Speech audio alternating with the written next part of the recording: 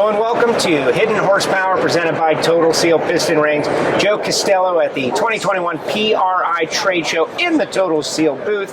This is great.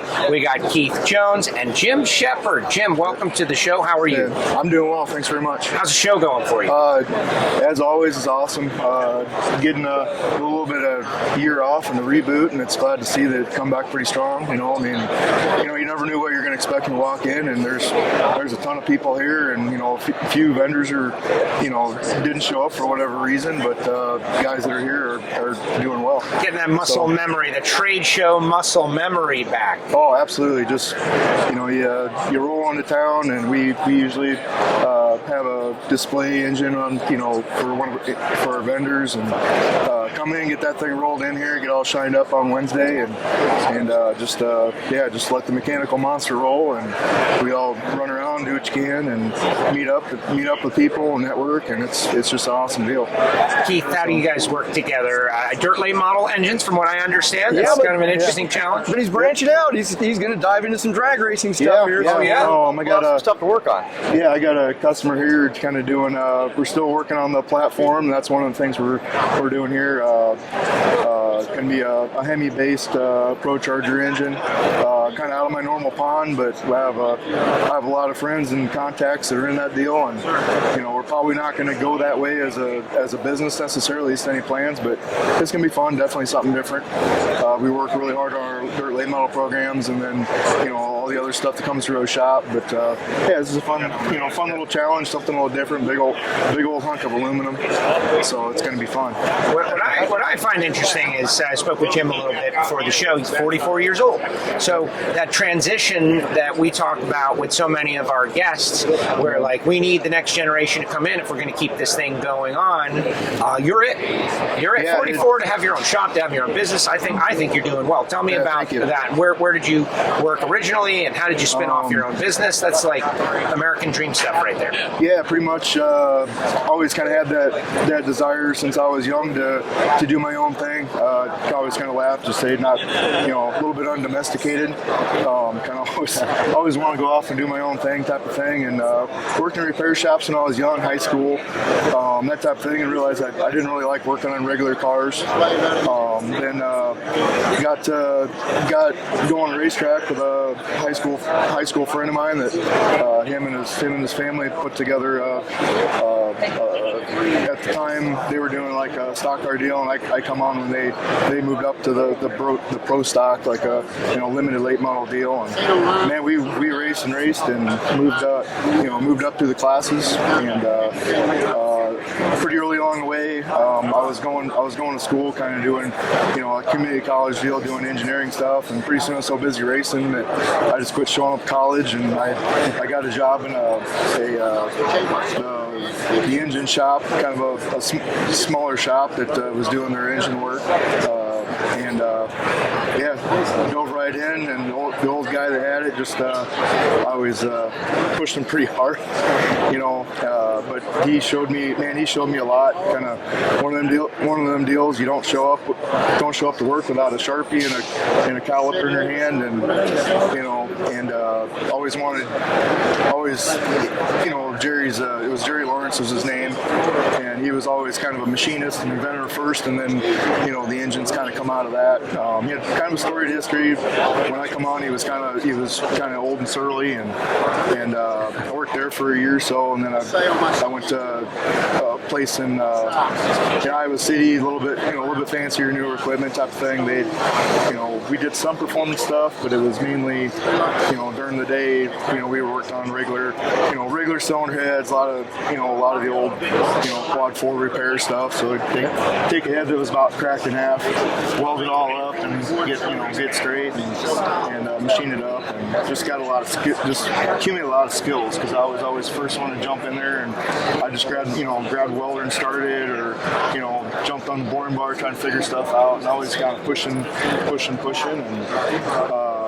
then I was completely into racing, and worked to deal with the guy that owned it, that I could do after hours. I could build race engines and kind of rent the shop from them, and split a little bit of the money I made with it, which wasn't a whole lot, but I didn't, I was early 20s, didn't know no better anyway.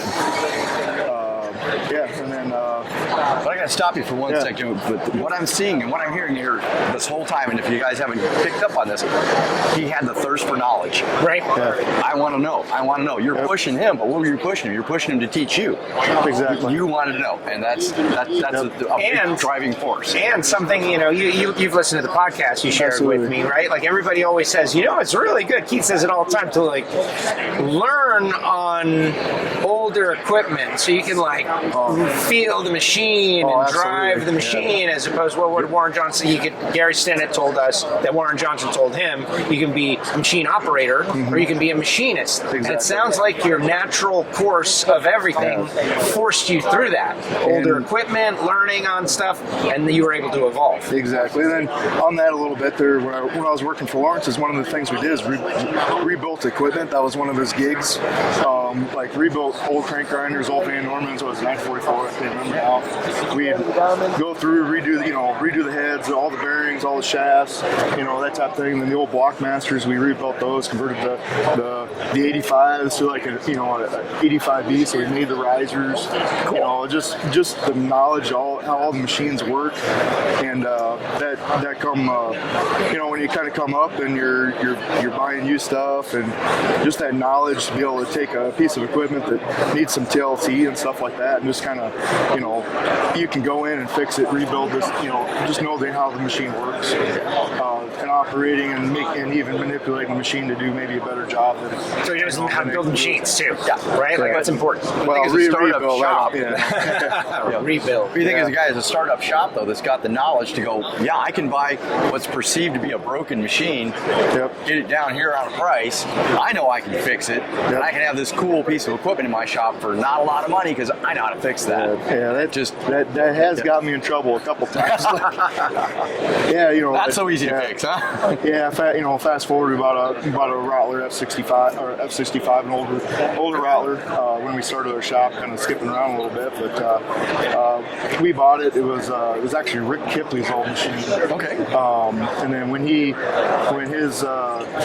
moved down to do the Tide deal, that machine kind of floated around, and I think it was in the back of Cagnazzi's shop, and then it got sold to a gentleman down in Florida, and they never really got it up and going.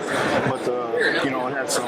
It was in Florida in a steel building, and I don't think it wasn't really grounded right. Yeah. So it wasn't operating. I went down there, and the mill was in great shape, and I'm like, and unfortunately, I thought I knew what was wrong with it, so I bought it at a good price and brought it back, and it kind of kicked my butt, but we got nick of time, we got it going. You got it. Yeah, that machine's about killed me about 4 times so far, but but just, and then knowing people,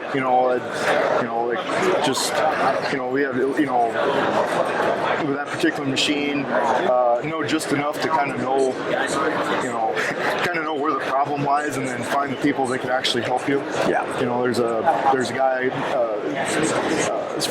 He's actually from Russia. Works there. His name's Kaha, and he has bailed me out several times. He's an absolute genius. But anyway, kind of moving back. I think the first time you and I met was you had to be at Carl Wegner's. Probably met you here a couple times, but just conversations out in the world, Exactly. But yeah, we really come online and really, started to really understand what we needed to do and switching stuff around. Definitely met you and got to know you when I was at Wegner's.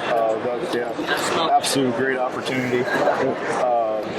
It's a little bit of a story there. I kind of fought back and forth. I had a little shop working out of my friend's race shop. Kind of in the back, did their stuff, kind of did that kind of for the rent, and one of those things. Just and I was buying a bunch of parts off the guys at Wegner there, and we go up and dyno. I put a couple dirt late model engines, early 20s, in my little S10 pickup, and run through snowstorms, and go up there and dyno stuff and test stuff. stuff and just try to learn. And got to know those guys really well. And then it turned into, kind of getting ready to take the next step. And, my wife and I had 2 kids, 2 dogs and a cat type of thing. And we're looking at, building this Shouts thing at the family farm. I got into just big numbers, buying more equipment, just scared. Yep. And it's a serious commitment. Yep. And I got talking with Dan Timler, he's the general manager there at Wegner's, and he's like, we're taking on a couple new lease programs, and we need some guys with, would you consider coming up? And I was like, wow. Yeah, I would. Of course, I have to talk to my wife. Yep. And, yeah, we ended up making the decision, moving from Iowa up to Wisconsin, and worked there for 7 or 8 years. And, again, just that always driving, always, that type of thing. I'm not trying to brag, but it's just, I'm always. Well, you ascended through the ranks there. I mean, like you say, you came in. I know you came in working here and ended up here there. Yep, kind of settled in the assembly room there, and one of those deals. Just it was a little bit, it was a big shop, as far as anything I've been involved in. We did so many engines. I mean, and that was right in the thick of when the NASCAR spec engine was coming on. Yeah, I would say that was the NASCAR. Well, you guys were kind of the starting point of that engine. Yeah, that was actually Carl's concept. That and just the learning how to think, and I was kind of learning how to think. Exactly. How to approach stuff, how to accomplish stuff. Later on, we always kind of joke, Carl would go and make these huge promises to people, and he'd tell us 2 weeks after he made the promise that he told them it would be done in 3 weeks, and we were supposed to get it done. And that was just totally, we're like, oh. And the thing is that group of guys there, just the most talented group of guys you ever want to be around. Well, you guys got it done, and part of it, Carl had a big personality, and I could see those promises being made, and you guys were going to keep those promises for him. And no, man. We, sometimes we're kind of afraid on all ends, but we got it done, and we didn't know no better. This is what we did, and it's a heck of a lot better than having a real job. That's for sure. There you go. Well, you're doing something you love. Absolutely.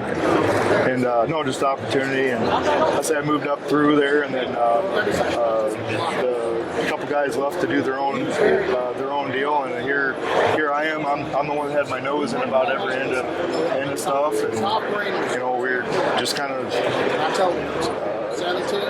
Just kind of going, and I would just call you guys, hey, we need this stuff, and all the other vendors, which I had, through my other dealings, I had got to know so many people in the industry, and you can call and resources. Hey, this is doing this, or hey, I need this. What do I need to do here? And get baselines. We just take it from baselines. Conversations we've had, just stuff you're working on. Got a new project, going to do this, going to do a 2-barrel car, going to do this, and just like you say, those resources, working with your resources to come up. Hey, let's try this, and Jim's always been willing to try. Hey, let's try that. It's not just cookie cutter. It's like, hey, what do you think about trying this? And Jim's always been very, very receptive, to trying a new thing. What's a new thing? What can we do? I've got this one, and if it does something stupid, no big deal. Let's try something. And that's got to come from that. Learning those things. You got to get better, and you got to kind of have a nose and a little bit of luck there for not getting yourself in too much trouble. We're a small shop, and we can get ourselves in trouble quick. So you always have to have your head screwed on straight, and be able to take calculated risks for when you're trying stuff.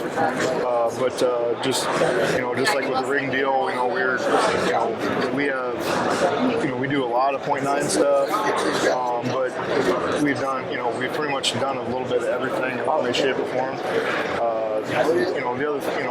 One thing is I hate building the exact same motor twice. You got to do something different, or you got to tweak, or you learn something from the racetrack, or you learn something from the dyno.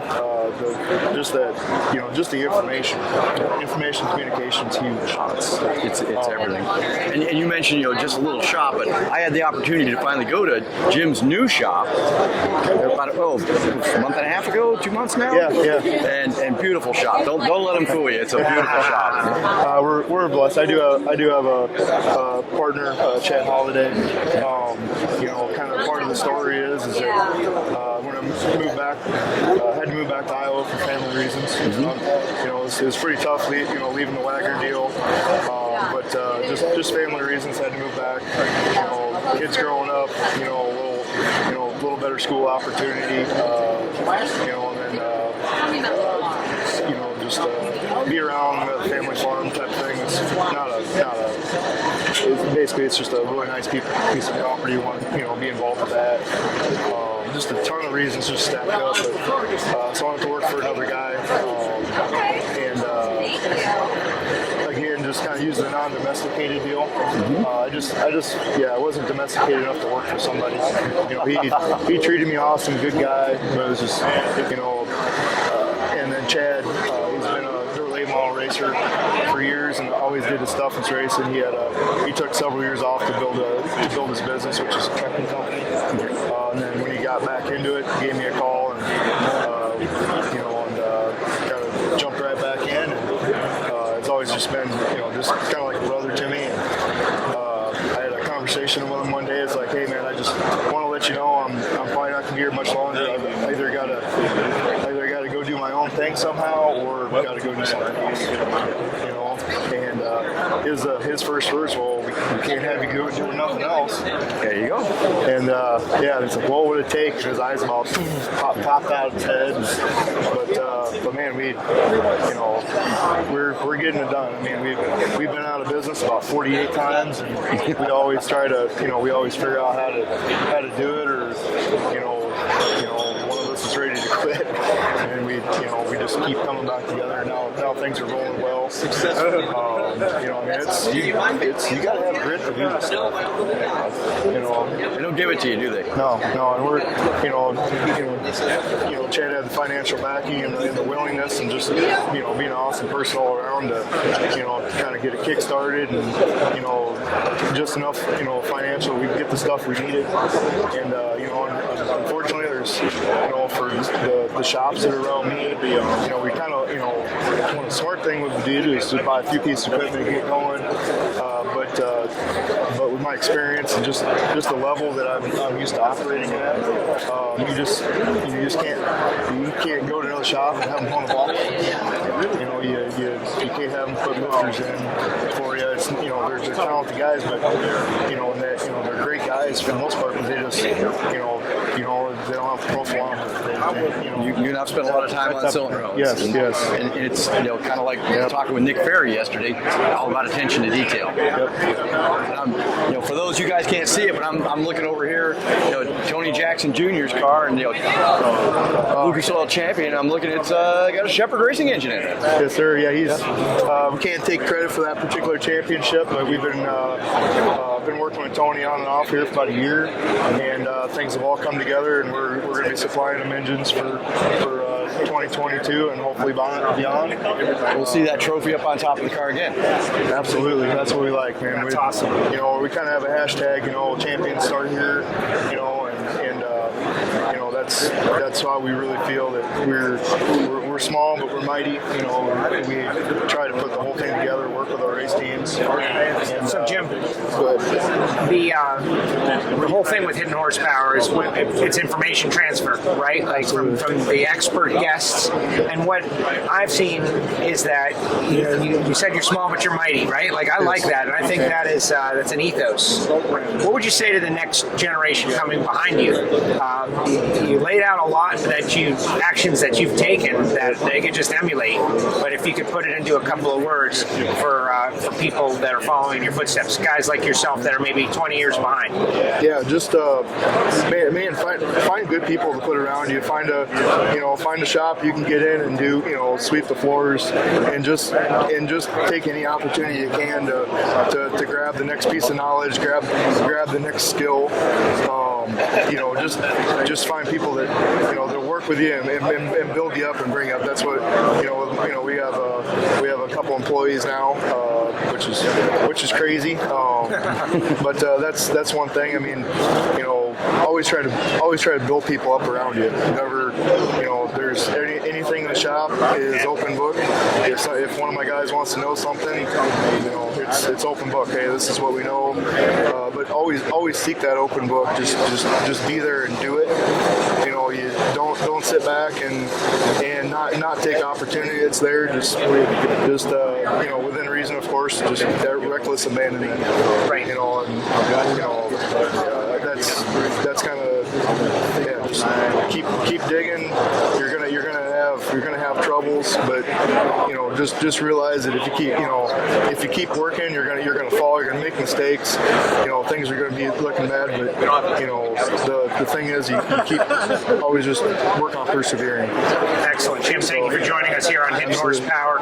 Tremendous, and another exciting episode. Always good to see you. Thanks for stopping This by. one's different though because you're at the beginning of your arc, right? We've spoken with so many guys that they've got nothing to prove. They've done it for years and years. Larry Morgan was here yesterday, right? The amazing stories. I love the fact that you're still on the ascent and you're out there getting it. Small but mighty. I love it. Thank you, Jim. Absolutely. So it's a ride, man. It's a ride. It's a ride here at PRI. Hidden Horsepower presented by Total Seal, Apple Podcasts, Spotify, SoundCloud. Check out the show, and there'll be more to come. Hidden Horsepower presented by Total Seal.